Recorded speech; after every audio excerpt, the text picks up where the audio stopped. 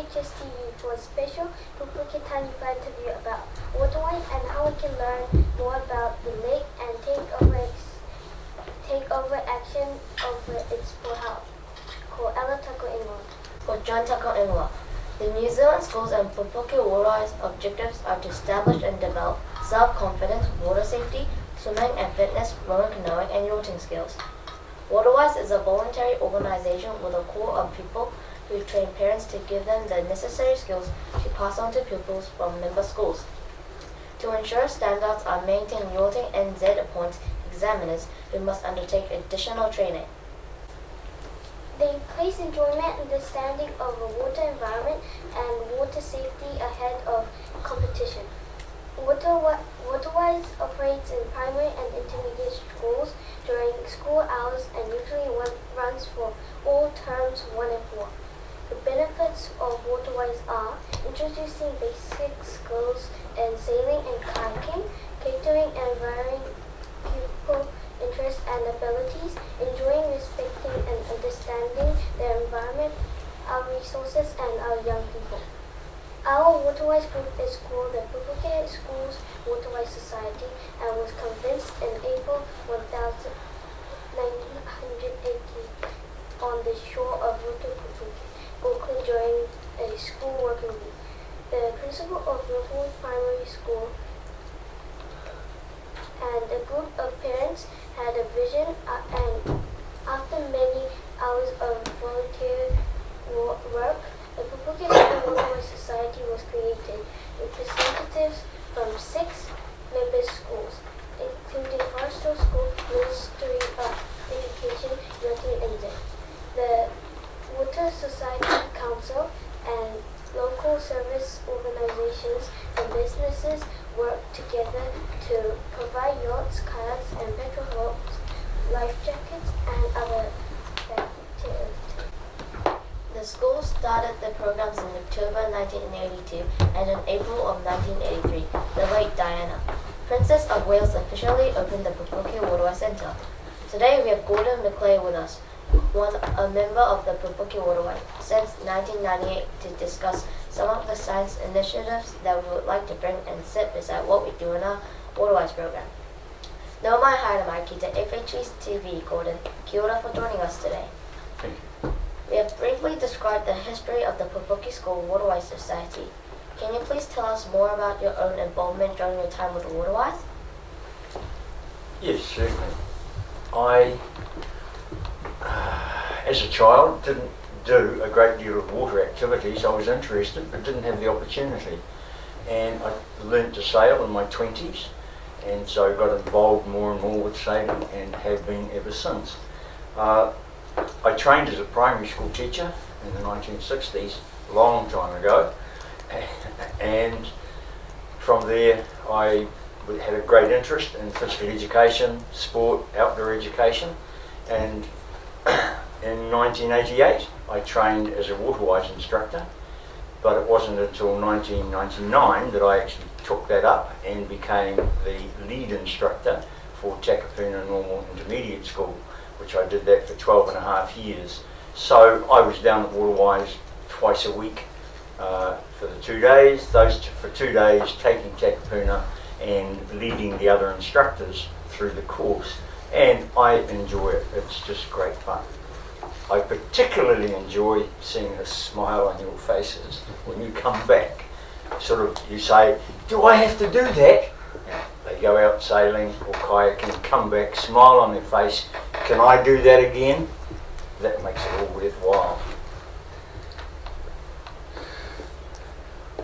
When I retired from teaching and working, I took over the role of being caretaker down at Waterwise, and so I look after the building, do some cleaning, and when you people bang boats together and put a crack in them, I fix them. So I don't like seeing people go bang together with boats because it takes me time to fix it. But as I say, I enjoy all that. Mr. Joyce mentioned that we need to put back into the community, and that's what I'm doing. As a youngster, I had a lot of people help me. Scouts, sports activities, Sunday schools, all sorts of things. They were older people. They helped me as a little fella. I want to do the same to the youngsters of today's world. So that's what I do. Okay. We have identified a big safety issue with how we exit the water and get on to the jetty. Have you got any suggestions on how we can make this safer and where we could locate a safer exit to? Yes, I have. Safety is certainly an issue down there, with the lake being so low at the moment and the dock being way up here. I think there's a 500 centimetres of space between the water and the top of the dock, and as you've been there you would know it's so difficult to get in and out of boats. A group of us have just started looking at how we could build a floating pontoon off the dock, so that as the lake comes up, because it will rise again, whether it comes as high as it used to, we don't know that, but it will come up as the rain over the winter time comes in, and we're looking to see how we could put a pontoon off the end of the dock so that you can step down and you're at the water level, particularly getting in and out of kayaks would just make it so much easier. We would like to use the upstairs room of the Waterwise building as a classroom to conduct science learning when it is not our turn on the Waterwise equipment. Do you think that there will be any issues or make any recommendations on how we could display our learning, use the whiteboard and store water testing equipment inside the building?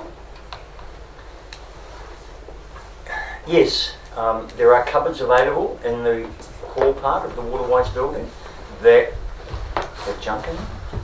I can clear it out, and you could have a cupboard, you could lock it if you wish to, for keeping your science equipment and anything other equipment that you would like to keep there. That would not be a problem at all. We could also have a display board available.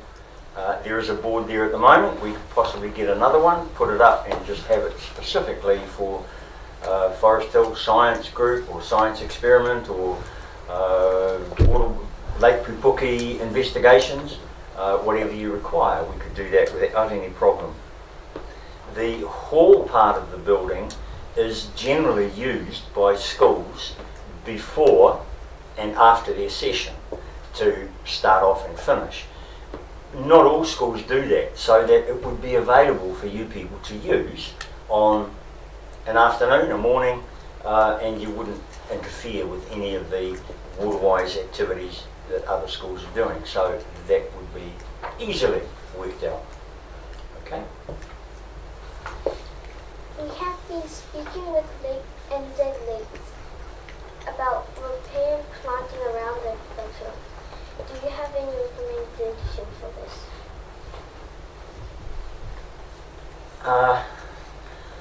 The natural growth around the lake is really pretty well covered in my way, and most of the trees and plants around there would be natives, and I don't know if you really need to worry too much more about any more planting. A lot of the land is owned right to the lake edge by the householders, and so they may not be too happy about having things planted at the end of their section or their land. So it's something that you would have to negotiate and work out with them. Okay. One of our science inquiries is to test the water quality of the lake, and we have been learning how to do this with the Auckland City Council. We have identified the need to take a sample from further out in the lake, maybe near the buoy. Any ideas on how this could be achieved? Yes, that could be quite easy in a way, but years ago when I was earlier involved with Waterwise, the Auckland Regional Council, which now is under the umbrella of the Auckland City Council, every week they would send a helicopter and it would test the water for the lake and all the beaches around about, and you would look online and you could see whether the water was safe or whatever have you. And they did that with the helicopter. It would come into the lake and hover. Here's the water level. Hover about here. Drop down a sampler, a bucket, I suppose, of some sort, take some water and fly off. And they did that in 2 places around the lake, and then they would fly off to Milford Beach or Browns Bay Beach and do the same sort of thing. So the council will have records of the water and the quality of the water over many years.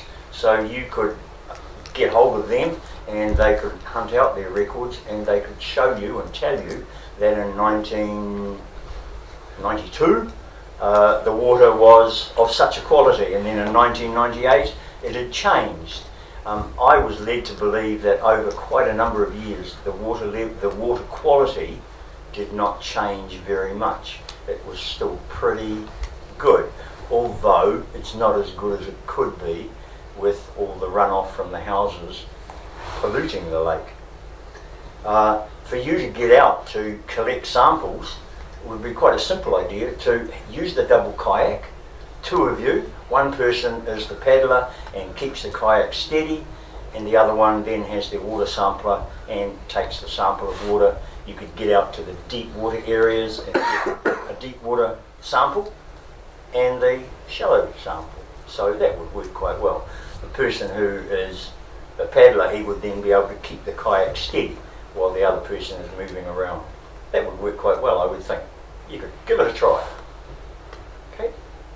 Our biggest kaupapa is to petition the government to place Roto Pupuke within the protection of the Hurricane Government Park, so that it receives all the benefits of the park's management. Do you support this kaupapa? I don't see a great deal of advantage. This is my personal opinion. I don't see a great deal of advantage in handing the lake over to the Marine Parks organisation. I think it's governed by the Department of Conservation, and the Department of Conservation do not get enough funding to look after the existing islands that are out there. So I think the Auckland Council look after the lake now. They do a satisfactory job, although they don't do very much other than really cutting the grass around the edge of it and the reserves and such things, and looking after the track that runs from Waterwise towards Sylvan Park. So I don't see a lot of advantage. We'd need to do some more discussion on that one, I would think. One of the problems in the lake is the growth of the lake weed, and you would see that when you're down there, and when you go for a swim and you touch the weed and you think it's an eel and everyone squeals with delight or fright. The problem with that is that the weed is growing more and more, and there's not much you can do about it other than trying to cut it and collect it, and that would just be horrifically expensive, so that it wouldn't happen. The council certainly wouldn't do that, I'm quite sure, because of the money involved. The weed is blown, uprooted from under the water by wind and storms, and then, as you've seen it, it's blown against the edge of the bank. It decomposes, sinks down, and then adds to the growth of the new weed down below. So what could happen, I guess, is somebody, we have to blame the council, put this onto the council, they would have to every now and again collect that weed off the side of the lake and pull it out of the way so that it doesn't decompose and make a smell and sink down and add to the growth of the weed that is coming along.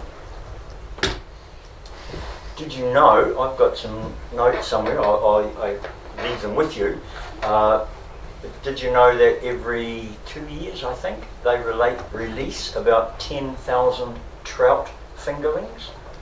You've read of that? Fingerlings being about the size of your finger. So I think they release about 10,000 every 2 years into the lake, so that people that are interested in freshwater fishing can get a license, head out into the lake and try and catch a trout. I have only in my time being involved in Waterwise seen 2. One was dead, the birds had caught it and were eating it on the deck at one time, and another time there was a guy fishing off our deck and he caught a fish. Amazing. I don't know if it was a trout or not. It wasn't a trout when I think about it, there are perch, tench, trout in the lake that I can think of. Okay, that's enough from me. Thank you for your support, Gordon, and for joining us here today on FHS TV. Pleased to be able to do it. I hope I've added to your knowledge. Utaina tarupa. Utaina mai nā waka o te motu. Uia mai a ki uta, ki te tako tōranga. He ki nuku he ki e, he ki rangi rangi e. Te nara, koutou koutou.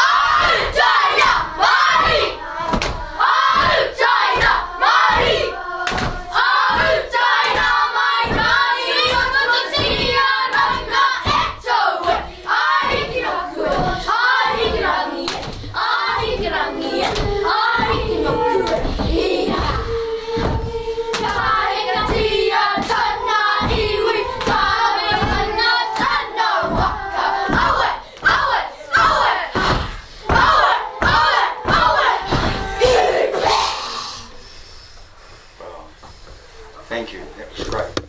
Cowboy. Thank you.